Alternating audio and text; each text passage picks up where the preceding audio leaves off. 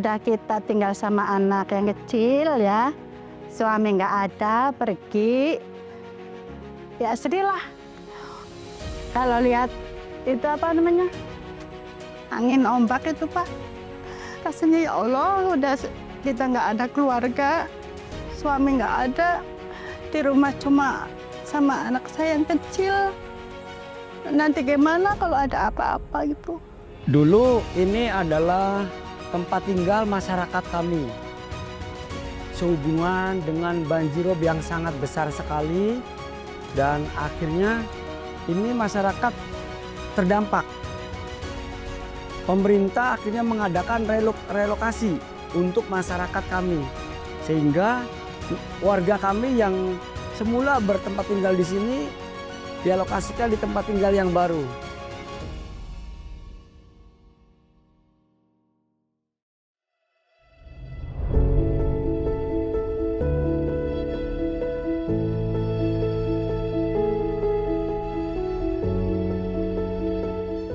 Indramayu, tanah yang hidup dari laut.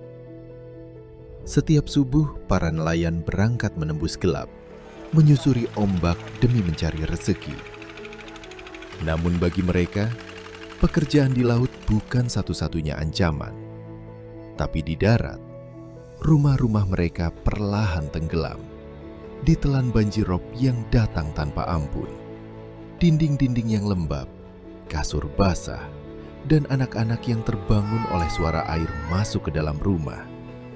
Itulah kenyataan yang bertahun-tahun mereka hadapi.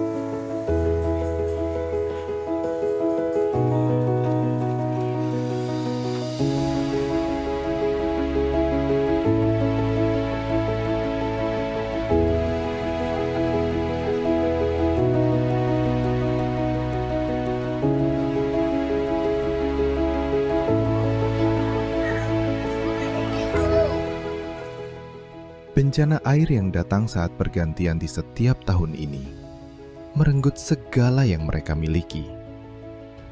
Banjirop harian dan ombak besar tidak hanya mengambil tempat tinggal, namun juga ketenangan mereka.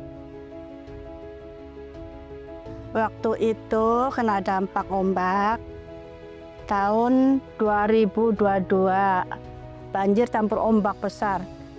Sedangkan rumah waktu itu kan saya juga dagangnya warungan kecil-kecilan itu. Sampai warung habis, pekakas habis, semua habis ke bawah ombak. Waktu banjir itu gelombangnya tinggi banget, hampir 6 meter. Terus nembrak itu rumah, hancur. Rumahnya yang situ. Ke bawah itu harus ombak. Kejadian waktu itu tanggal 31 tahun baru. Tahun 2022, terus gelombang datang jam 4 pagi. Jam 4 pagi gelombang datang, udah nggak bisa ngelamatin apa-apa, langsung kena rumah, ambruk semua. Jam 5 udah jadi ini rata.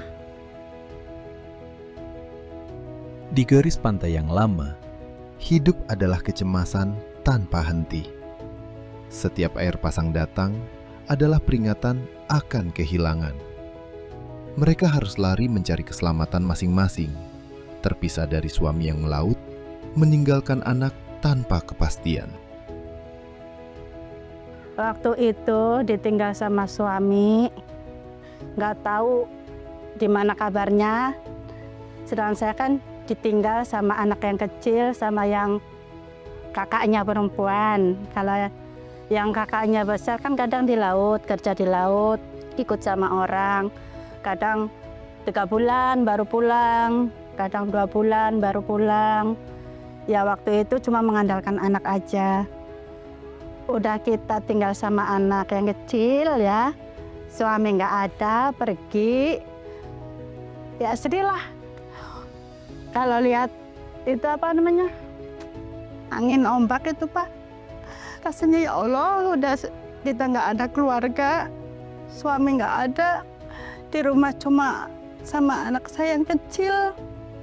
Nanti gimana kalau ada apa-apa gitu. Pokoknya udah pasrah lah gitu. Cuma saya ya gitulah, alangkah teganya sebagai orang tua laki-lakinya gitu loh, ninggalin anak tanpa ya gimana. Anak saya itu hidup apa mati, kena ombak besar, kena angin besar, hidup di pinggir laut. Saya sedih-sedih Pak, gimana ya, namanya kita cuma sama anak kecil, kena ombak besar. Pada segini lari-lari cari keselamatan sendiri-sendiri. Ya panik banget Pak, lihat gelombang tinggi, mau keluar nggak bisa, mau ke jalan raya susah. Segini Pak, saya tuh udah kehancuran rumah tuh, mau ke sini tuh nggak bisa, mau masuk ke rumah anak udah segini. Jadi ya jalan aja Pak, terus aja ngelusurin ini jalan ini. Sampai ini kepala tuh pada bencut semua, saya tuh Pak, kaki pada berdarah ini tuh tadi tuh waktu gelombang tinggi naik tuh Pak. Gelombang sampai 6 meter Pak, gelombang tuh. Banjir rob harian ini tidak hanya berdampak pada 93 kepala keluarga yang direlokasi, tetapi juga pada ratusan rumah lain yang terancam. Dan yang terpenting, bencana air ini telah merenggut masa depan mereka. Krisis ini menghambat anak-anak untuk berangkat sekolah, membiarkan mereka tetap berada di bawah garis ancaman. Dulu ini adalah tempat tinggal masyarakat kami. Sehubungan dengan banjirop yang sangat besar sekali, dan akhirnya ini masyarakat terdampak. Pemerintah akhirnya mengadakan relokasi untuk masyarakat kami, sehingga warga kami yang semula bertempat tinggal di sini dialokasikan di tempat tinggal yang baru. Sehingga ini adalah rumah-rumah yang ditinggalkan oleh masyarakat kami.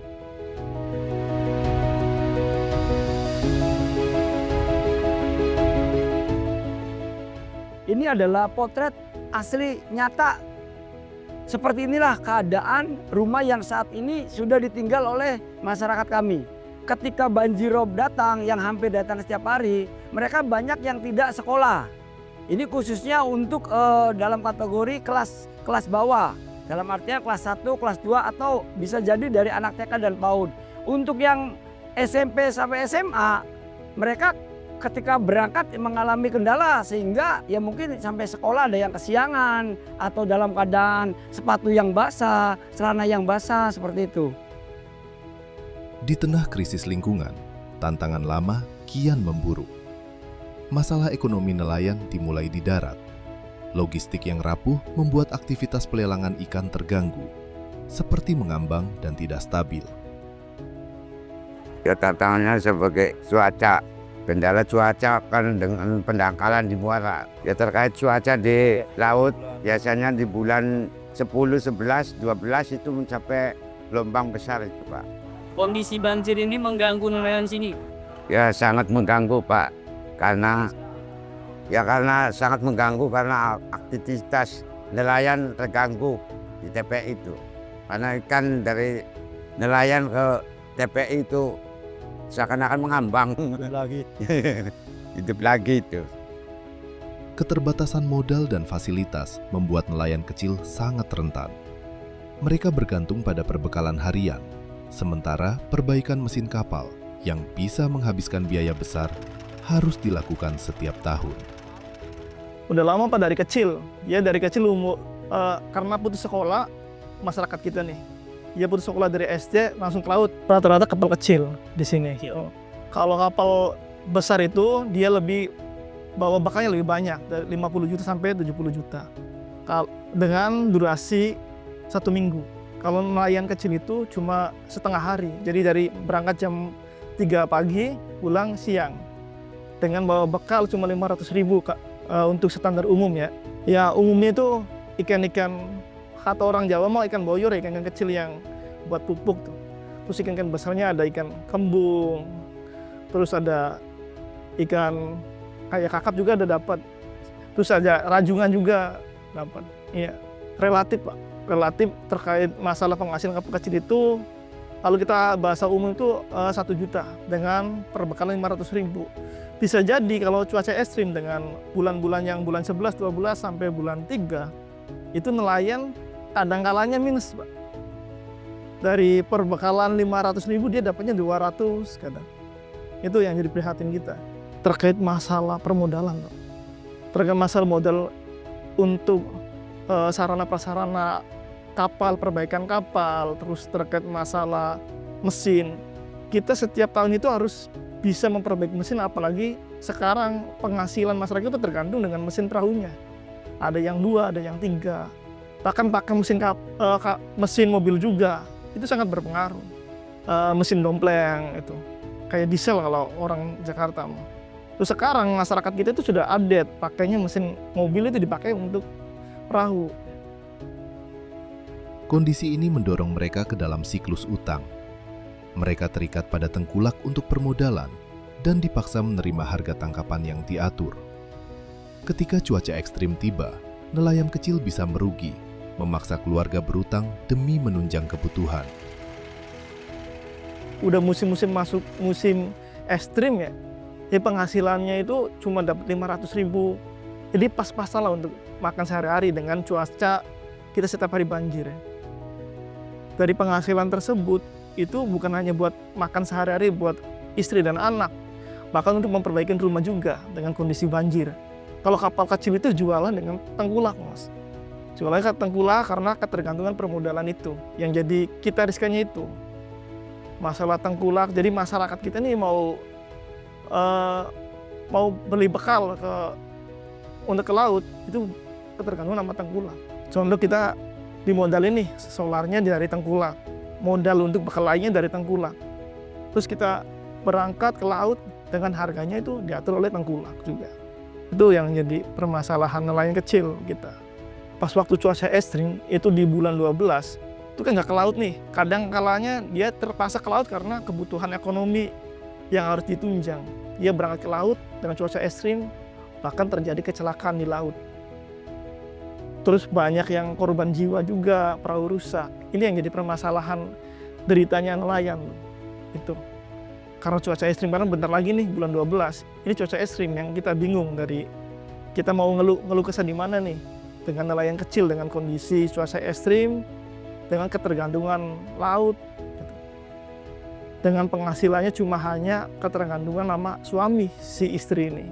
Mau nggak mau ngutang. Setelah bulan-bulan tenang, di bulan-bulan 5, 6, ya baru ke laut lagi untuk bayar utang. Masalah ini berakar pada infrastruktur yang diabaikan.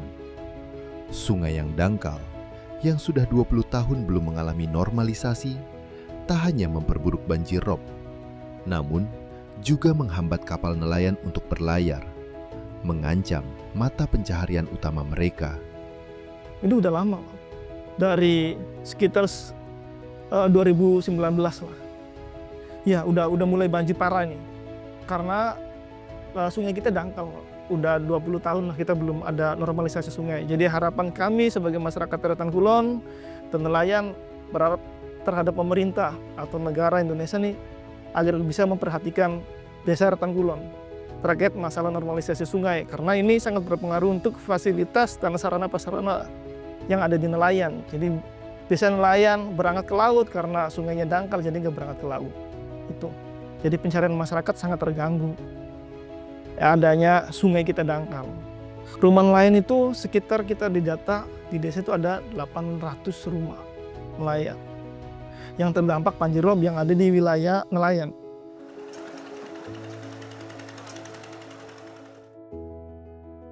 Jelas itu penurunannya luar biasa. Jadi pencaharian masyarakat untuk jualan ikannya tadi, ikan asin atau apa, benernya orang-orang luar dari Indramayu dia beli ikan asin, jadi nggak kedatang ke Eretan karena fasilitas umumnya kena banjir jalannya.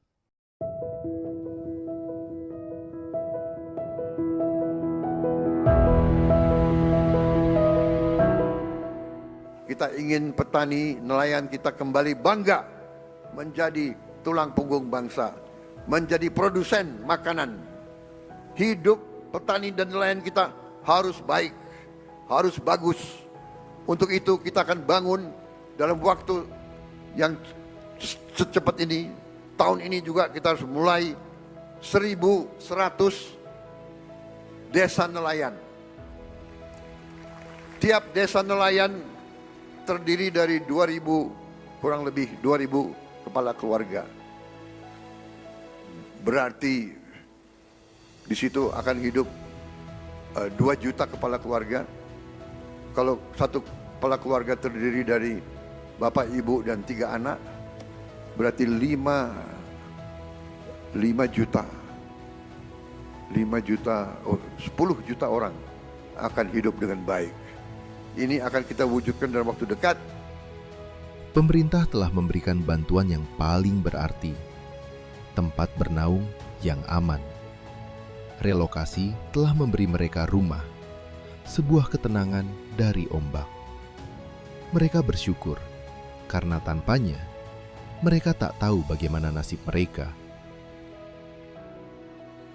Alhamdulillah, saya senang karena pemerintah benar-benar sudah memperhatikan kami semua yang ada di pinggir laut. Terima kasih sebesar-besarnya, karena juga di sini kalau nggak ada rumah ini, nggak ada tempat ini, kita juga nggak tahu mau gimana nasibnya. Karena yang di sana udah nggak bisa ditempatin lagi kan, rusak semua. Dagang es, ya jajanan anak-anak ciki-cikian itu. Secara ekonomi ya alhamdulillah, walaupun ya masih banyak yang kurang, ya alhamdulillah lah. Bisa untuk jajan anak, bisa untuk ongkos sekolah anak, alhamdulillah. Setelah kami relokasi, alhamdulillah masyarakat kami merasa bersyukur, mereka lebih sejahtera, kemudian juga lebih nyaman, istirahat lebih tenang, anak-anak pun sekolah lebih enak, lebih mudah mengakses untuk ke tempat-tempat sekolah. Namun, ketenangan fisik datang dengan harga ekonomi. Jarak yang memisahkan mereka dari sumber penghasilan utama memaksa mereka berjalan kaki setiap hari, bekerja serabutan demi menafkahi keluarga. Jadi ibu kerjanya di sini? Iya, di sini, di Empang. Jadi tiap hari dari sana ke sini jalan kaki. Di sini ngurusin apa? Itu udang kecil. Oh, udang kecil. Iya, bantuin. Ya itu ngisi plastik apa di Empang, ya bantuin orang. Itu yang satu harinya kadang-kadang dapat 10.000, kadang-kadang dapat 20.000, nggak tentu. Kadang-kadang ada orang belinya banyak ya dapat banyak, kalau orang pembelinya sedikit dapat sedikit. Nggak tentu gitu, nggak netap gitu. Solusi jangka panjang adalah membangun pertahanan dan menata ulang pesisir. Rencana mengubah lahan bekas rumah menjadi kawasan reboisasi mangrove dan ekowisata, serta mendesak relokasi tahap kedua menjadi harapan baru. Rumah-rumah yang ditinggalkan oleh masyarakat kami untuk menempati rumah yang baru, maka rumah-rumah lama mereka ini akan kita gunakan untuk penghijauan atau untuk pelaksanaan reboisasi. Dalam hal ini adalah penanaman mangrove. Ini ke depan rumah-rumah yang ditinggalkan oleh masyarakat ini akan kita robohkan, ya, kemudian dialihfungsikan menjadi mangrove, sehingga ke depan ini akan menjadi ekowisata. Harapan kami sebagai pemerintah desa untuk ke depan, pemerintah untuk segera melaksanakan relokasi tahap 2 sehingga masyarakat kami khususnya yang di Blok Kebon 1, di Blok Kebon 2 yang ada di bibir pantai bisa merasakan kenyamanan, ketenangan, dan lebih lebih terjaga lagi kesehatannya, lebih jaga lagi keselamatannya, sehingga ekonomi bisa pulih seperti semula.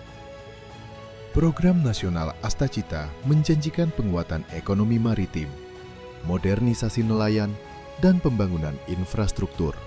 Sebuah jawaban atas masalah permodalan, perizinan, dan normalisasi sungai. Jadi harapan kami sebagai masyarakat Eretan Kulon dan nelayan berharap terhadap pemerintah atau negara Indonesia nih agar bisa memperhatikan desa Eretan Kulon terkait masalah normalisasi sungai, karena ini sangat berpengaruh untuk fasilitas dan sarana-prasarana yang ada di nelayan. Jadi desa nelayan berangkat ke laut karena sungainya dangkal, jadi nggak berangkat ke laut. Itu.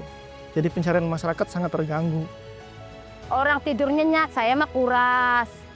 Orang tidur nyenyak, saya mah nyocokin ini, solokan air. Jadi nggak nyenyak-nyenyak tidur tuh, kena gelombang, kena apa. Jadi saya tuh dapat di sana tuh Pak, udah alhamdulillah saya dapat di sana, berterima kasih.